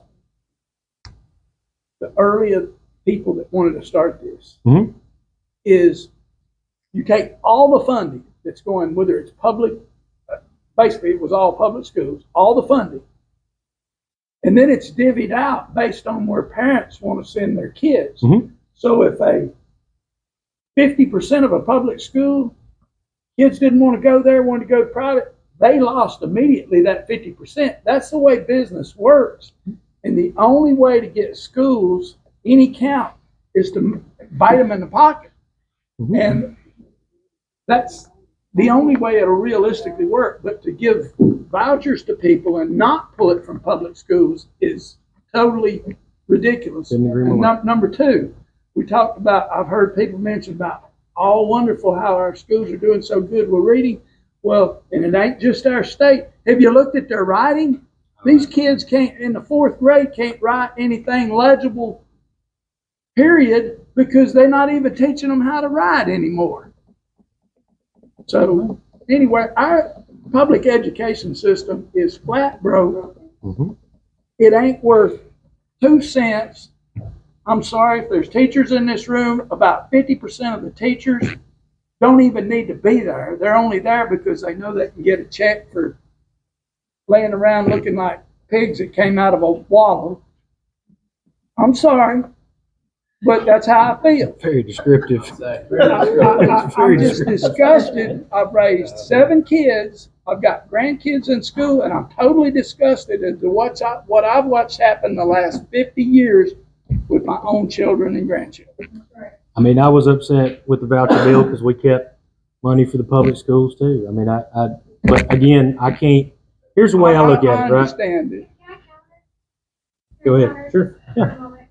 So I moved to Tennessee. I'm not initially from Tennessee, but my son, sorry, baby, I'm talking about you. My son is severely special needs, nonverbal. Where I came from, they were teaching him life skills, and they told me that that's all he was ever going to get in a school. He was stuck in a classroom with a bunch of other special needs kids. No private one-on-one tutoring whatsoever. Moved to Tennessee. They figured out that the one thing he could say was his ABCs, and they said that this child has a right to an education. I was the one in the room, like, I don't know if this is going to work. Day one, they hired him a private one-on-one aide. This kid gets 1 hour per day of reading, tutoring, occupational therapy, speech therapy, and everything through a public school. Private schools won't offer that to my son, right? And I am extremely conservative. I do not believe in taxes whatsoever. However, if this would not be the case 20 years ago for my son, right? 20 years ago, they would not be paying my child any attention at all. He would probably be institutionalized because that's what we did 20 or 30 years ago to low-functioning autistic children. Just a different side. Very grateful for it. And we know the private schools are not going to take the.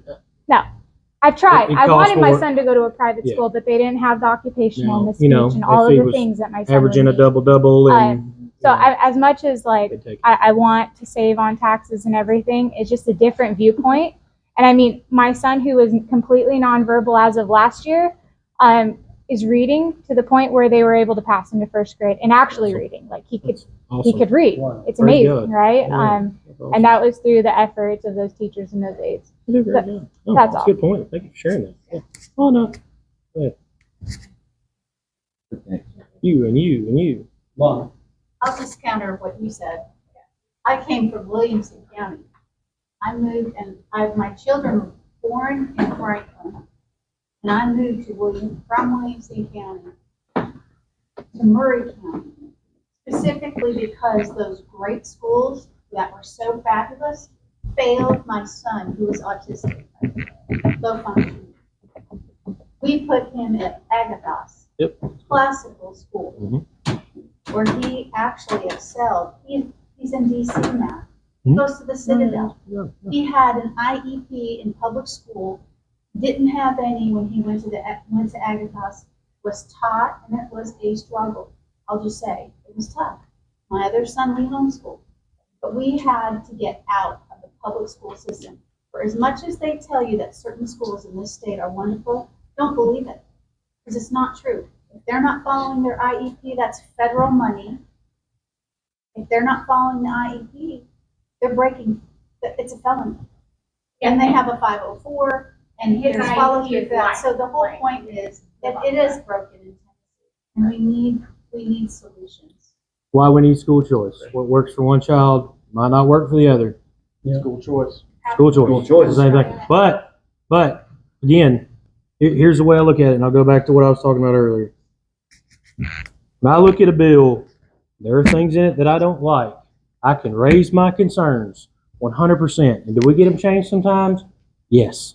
But I am for school choice. That is what I am for. It has not been a surprise. It has not been a secret. I have campaigned on it.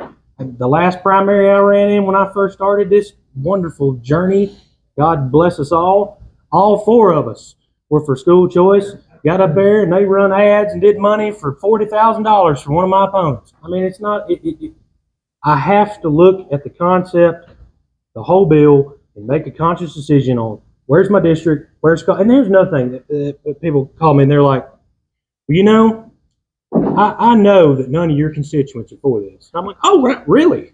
Okay. Well, I mean, I'm getting calls and texts all the time, people that want it. But they're saying, I can't speak up in the community because I'll get blasted on Facebook. I can't speak up at work because they'll criticize me at work and the school system will look down on me and I won't get that promotion. So you got to look at the general concept as well as specifics. Are the specifics important? 100%. 100% they are. They're critical. But you work with what you got, you work on what you have, and you have to vote on it. I mean, it's tick-tacky things bring down the whole thing. Yeah. And then David. For a conservative who, if you have constituents that don't know what's in the bill, to vote on a school choice bill and get a pat on the back. Even Donald Trump came out and congratulated Tennessee on the bill. I promise you he didn't know what was in it, or he wouldn't have congratulated us. So my concern is, and you're saying you understand that school choice is important, and we're all telling you that school choice only is a choice if there's competition, where a public school, in your case, a public school is losing money. In your case, a public school is gaining money. That's the only way it works. Why did you vote for it when that was not how it was structured? America First, first of all, the America First policy organization, that is Donald Trump's policy organization, reviewed the entire bill and sent us a letter that said that they were in support of it. Why did you vote for it if that's not how this bill works? What do you mean? That's If not it how it works. isn't competition-based, which is the only way that school It is- choice it actually is. works, the money stays with the public school, even if the child leaves the public school. Right. That's not competition. That doesn't take the money Like I away. said earlier, I wasn't for that part of it. But that's how, so that's the concern, Kip, is that you get credit for voting for a bill that on the outside is school choice, but really it isn't that. That's the concern. I don't care if I get credit or pats. I can promise you, there have not been many pats on the back for voting for this. It's not been, oh, you're getting all this wonderful support. People are baking me cakes and sending me cookies. It has not been that way at all. If anything, it's been the complete opposite from the other side. So you of did people not telling like me how- that part of the bill, you're saying? I didn't like that. How does it work in your brain? Tell us how it worked that If you the thought it public was schools are doing good, they're not going to lose any kids. Well, if they're doing that, They're not going going to to lose any They're not money. going to go. Where are they going to go? But if Like they're Wayne not, County schools, Wayne County High School. but if Where are they they're gonna go? if they are doing poorly, they do lose kids, but they don't lose money. How does that solve any problem? Like I said, I was against that part of the bill. But how does it work? How does it work? The kid leaves, the money follows the child to the private school. That LEA keeps the money. Again, I was not for that. I was for the original version that said the money leaves, follows the child. We couldn't get that in there. I don't know why. I'm not on the education Oh, I know committee. you tried. I wasn't any of that. We don't want it passed. We want it to go back and come again as a new bill. That's the problem. And that's possible. I mean, I You don't can sit on always any of the. We could. I don't sit on the education committee. Why didn't you hold out over that? What do you mean? Like, Over that element. if you could, just what was that wasn't enough to not vote for it? Yes. Okay. What was enough? The thing for me, the reason why I voted for school choice and I've been for school choice is because what we just talked about earlier, I'm for the child that's not doing well in Lawrence County High School and needs to go somewhere else that their parents can afford to send them there. That's who I'm for. Afford to get them there. Right. What do you mean? If you can't afford your kid in private school and in Lawrence County and in Wayne County, like you just said, where are they going to go? If they're Their parents succeeding, can barely though, is what I'm afford saying. gas to go to work themselves. Sure. How are they going to get their kids to a private school? I mean, You don't know because you don't have kids. You don't really represent your all right, constituents okay, in that. all right. And you represent Okay. all of Wayne County. And if Wayne County didn't want it, I why got would it. you do it? No, we're good. We're good. We're good. Several people in Wayne County wanted it, by the way.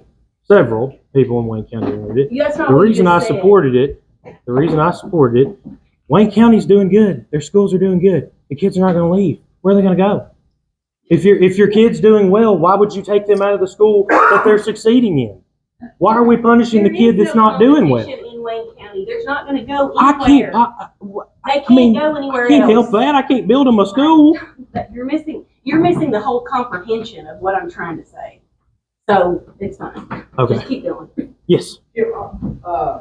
We'll change gears. Yeah. To roads for a minute. Mhm. So Tennessee is tied for second in the country in sales tax, which I'm glad we don't have a state income tax. I'm all for never having a state income tax. And hoorah on that. We'll never do that. And I understand a sales tax is more fair. It's a consumption tax. It hits everybody, no matter where you live and how much money you have, don't have. However, the county, we have more roads in the counties than the state highways all combined together. Like if you add up all the county roads compared to state roads, Mr. Crick can tell you exact number back there of what there you go. Of what, but you can say the difference in state roads compared to the county roads, right? Statewide, right? So the county Association of County Mayors has been contemplating. We talked about pitching this. We talked with the municipal league as well about the state, since the state has such a big rainy day fund, and the state is making interest money off of that rainy day fund. We, the counties, would love to have a portion, even of the interest back that you guys gave us, and I want to say thank you. My first year in office, you gave us how much was it, Ryan? $2 or $3 million toward helping with roads, the state aid roads, right? Yeah. So we appreciate that, but again, what if 0.5% of that 7% share the state has? What if 0.5% came to counties or just look at the mileage difference in counties and municipalities and say, okay, for this county, we give this percentage to the city, and this percentage to the county to help with roads like from here on out. I mean, I don't know. And what it would do, it would put control of the road repair in the local community instead of having the state having to worry about all this. Yeah. We could actually do the work ourselves in the local community if we had that funding, and it'd be just a portion of that sales tax coming back to Lawrence County. I like it. I think it's a great idea. I mean, I haven't really ever thought about it like Is that. there any proposal, like a couple of years ago, the state aid money that came down? I know Governor Lee I don't know who all pushed that through when it did go through, but is there any proposal coming up that you know of? Any more state aid money coming down? I know we just put another $1 billion, but I think that was state roads. I'm pretty sure. Let me double check in the budget. We just got through with our budget stuff. I'll double back. Yeah, And check small it. And if business there's is not, the we can just backbone. work on something in the summer and we Yeah, can bring it let's- up next year. I want to bring up a point what you're talking about with getting sales tax money coming back. I can tell you who's done a study on this and has started working on it. It's Tom Cunningham. Mm-hmm. Tom Cunningham has a real good job about having to bring back some sales tax money to each county. Mm-hmm. And I would highly recommend when you talk about getting together during the summer is hearing what Tom has to say on it because he's done a wonderful job with it. Hey, Lawrence, Yeah. I want to jump with you and David both.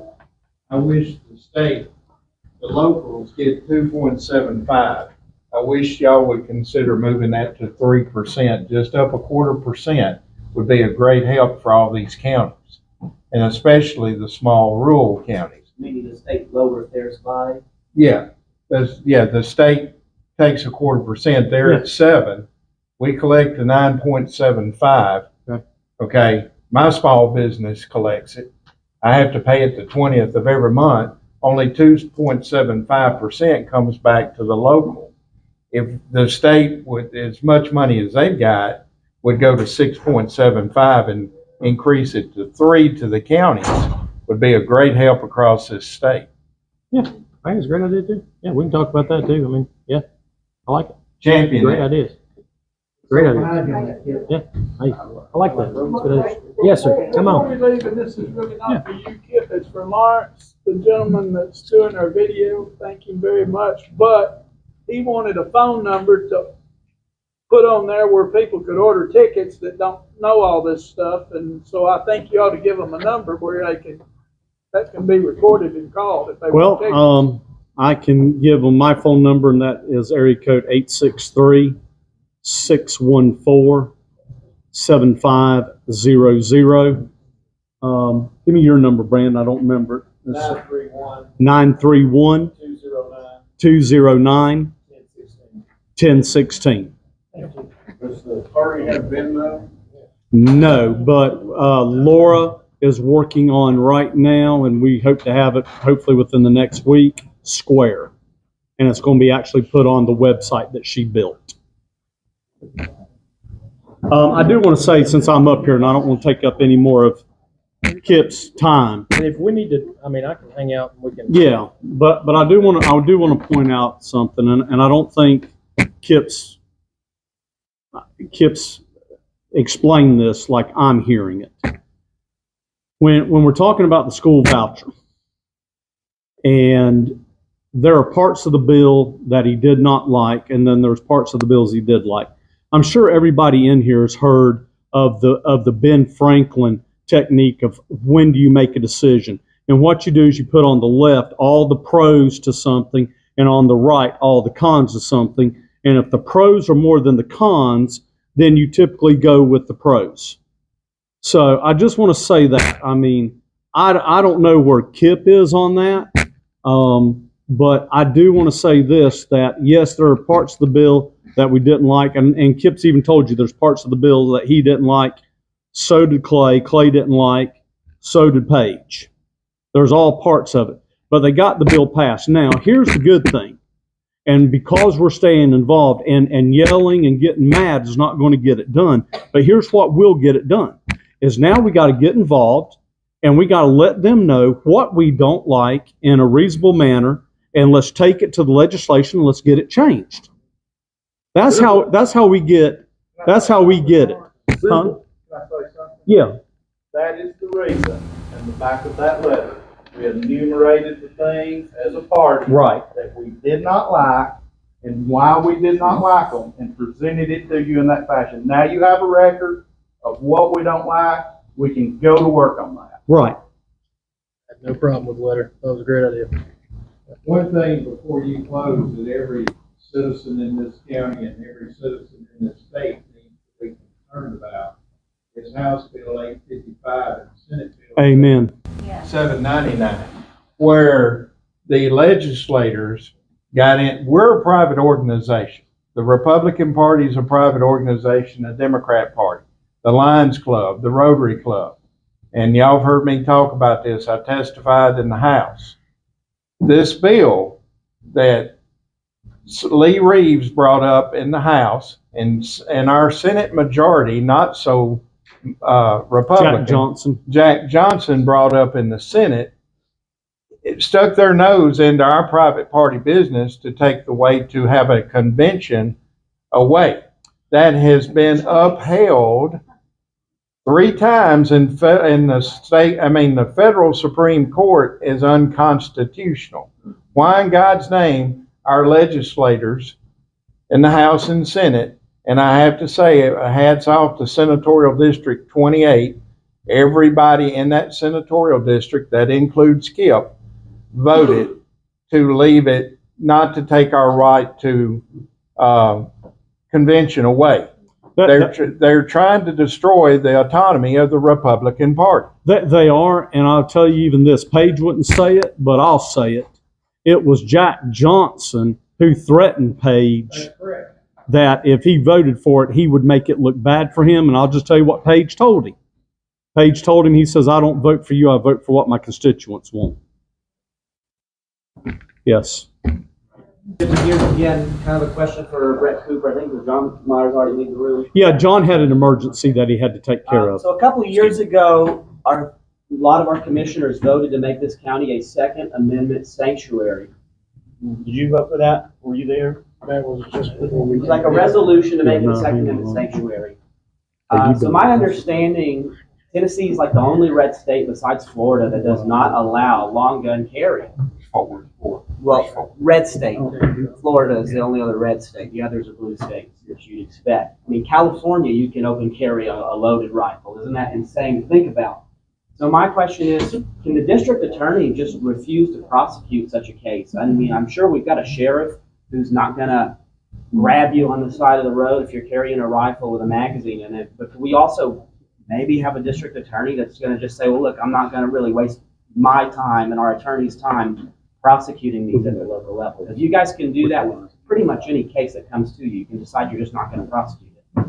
I have that discretion with SBA to charge or prosecute whatever crimes I choose to. I can, but I also took an oath to follow the Constitution and to enforce the laws of the state of Tennessee. Yeah, the Supreme Court has ruled that laws that are repugnant to the Constitution are null and void. Well, that has yet to be applied to Tennessee's firearms statute. Okay.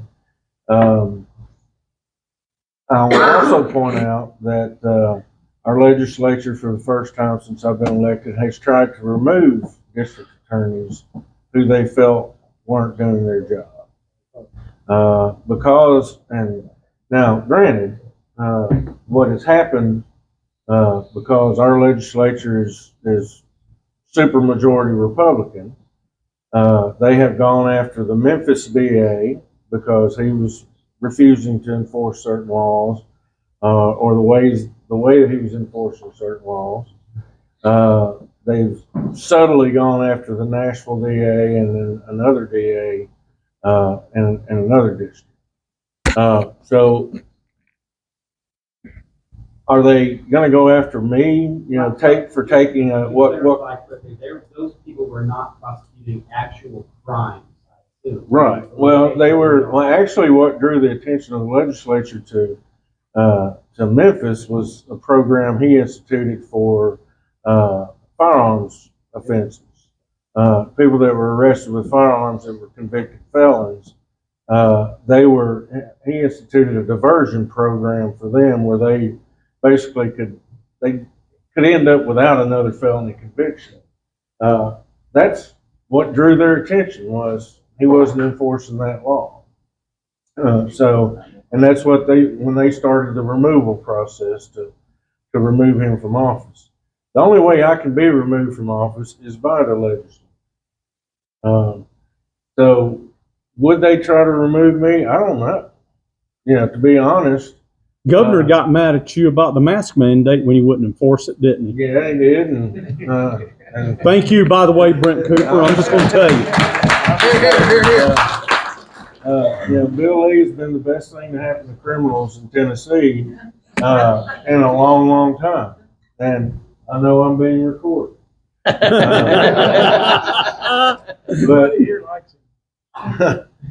Well, that's because you're good Republicans.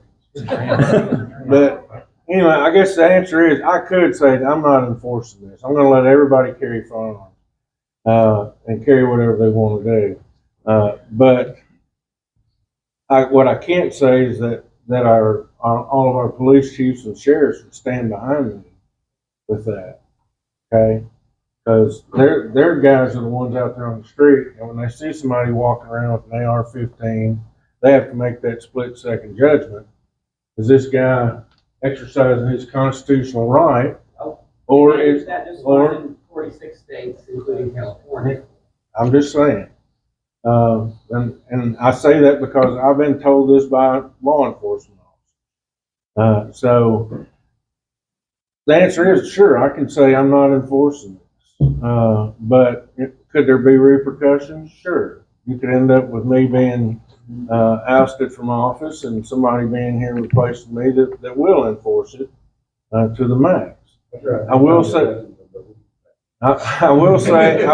that I handle every case on a case by case basis. I don't blanketly prosecute any case in a certain way. The facts and the law determine how I prosecute the case. If it's somebody that's I'll just leave it at that. I look at all the facts. I look at why they were carrying the gun, and things like that. One thing I don't like are people that are doing it just to antagonize our law enforcement. That pisses me off. When these people know that it's against the law, they disagree with the law. They think Tennessee should be a completely constitutional carry state.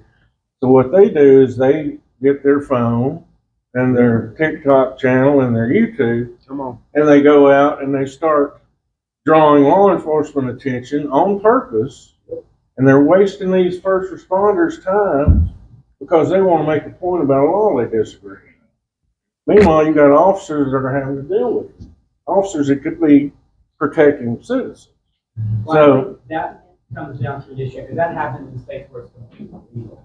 Well, that really comes down to an issue of training with the law enforcement department involved, where it's allowed in that particular state or it's allowed in another part or whatever.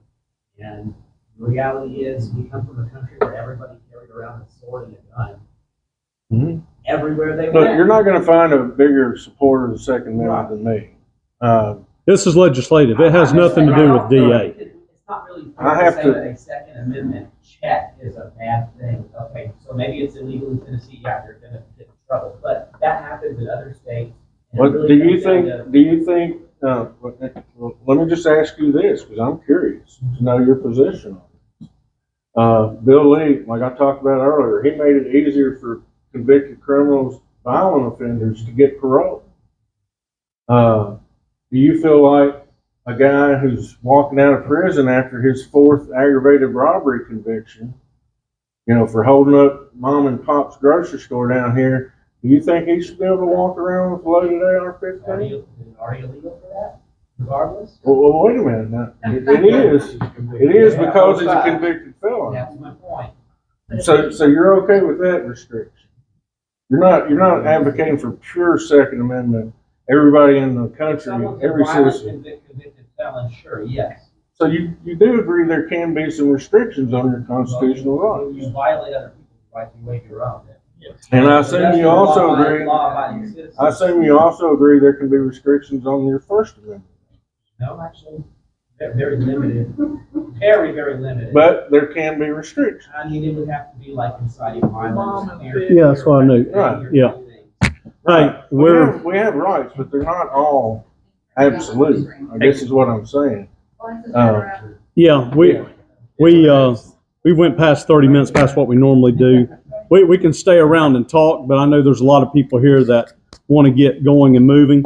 I do want to recognize something real quick. Oh, absolutely. I do want to recognize Tom Davis that's here with us. He is running for the 4th Congress District. And So, real quick for you, this Thursday, if you're interested, I am going into the belly of the beast, if you will, town hall, which our representative, I'm about 95% sure he will not show up, in Murfreesboro, hosted by Murfreesboro Indivisible, and it's 7 o'clock. You can see it on my Facebook and on theirs also. But if you're interested to come see that, myself and the Democratic challenger, Victoria, whatever her name is. But it's a town hall type thing. Ask your questions. But like I said, and they're not in session. He is available. And some of the stuff we talk about, they are not in session up there right now, at least the House. But they have no idea, and they're not going to publish the schedule. And I said, at least somewhere in the district, town halls, quarterly within the district somewhere, publish schedules. Like I said, they're like, I don't know. Call the district. You call the district office, and they're like, what are you talking about? Like, we don't keep his calendar. so Tom, I'm going to give you a challenge. Okay. We see you a lot. Thank you for being here. But are we going to see you? Are we still going to see you after you're elected?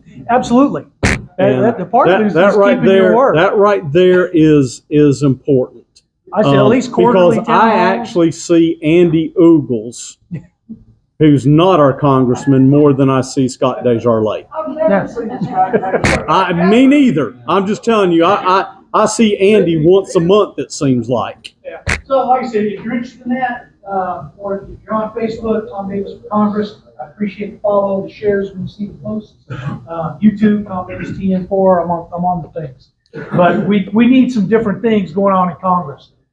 Our current representative was just talking about how now all of a sudden he is voting in favor of CRs, which you can call it a big, beautiful bill if you want, but it's the same old nonsense that we've been getting. When the Democrats do it, they call it an omnibus, and it's bad. But now, for some reason, it's okay to increase our debt ceiling and spend us into bankruptcy. So we've got to change how we do things. And how do we do that? We send different people up there that are not going to do those things. So thank you, Tom. That's what I was doing. Can I get a motion to adjourn? Do I get a second? All right, we're done. Hey, get your tickets. If you want to go to the Reagan Day dinner, don't leave.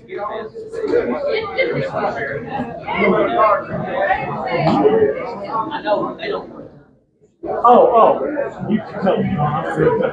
Hey, everybody, real quick. Hold up. Don, you need. BigOldies.com, or Big Oldies 107 on YouTube. If you want to watch this video or share it with anybody that might be interested, just make it. If you're interested in get more information, let me know. All right, thank you.